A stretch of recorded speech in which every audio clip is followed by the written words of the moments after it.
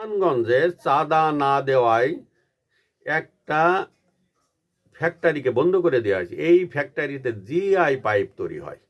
এই ফ্যাক্টরিতে GI pipe তৈরি হয়।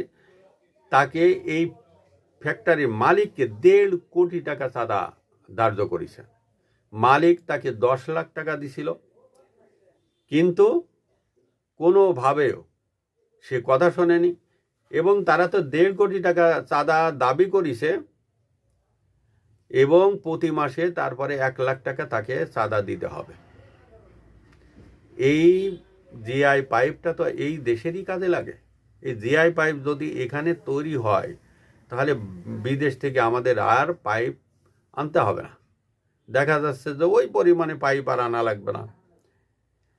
এই চাঁদাটা দাবি করেছে ওখানকার বিএনপির একজন নেতা, সম্ভবত ওনার নাম আছে মনোয়ার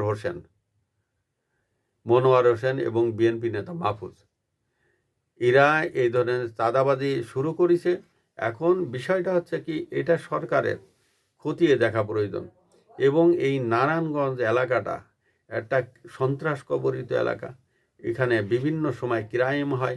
এই নারায়ণগঞ্জের এক সময় আওয়ামী লীগের একজন বিখ্যাত, যাকে বলা হতো সন্ত্রাসের গডফাদার, সে শামীম ওসমান ছিল। এখন আর একজন সন্ত্রাসের গডফাদার আসছে, জাকির খান।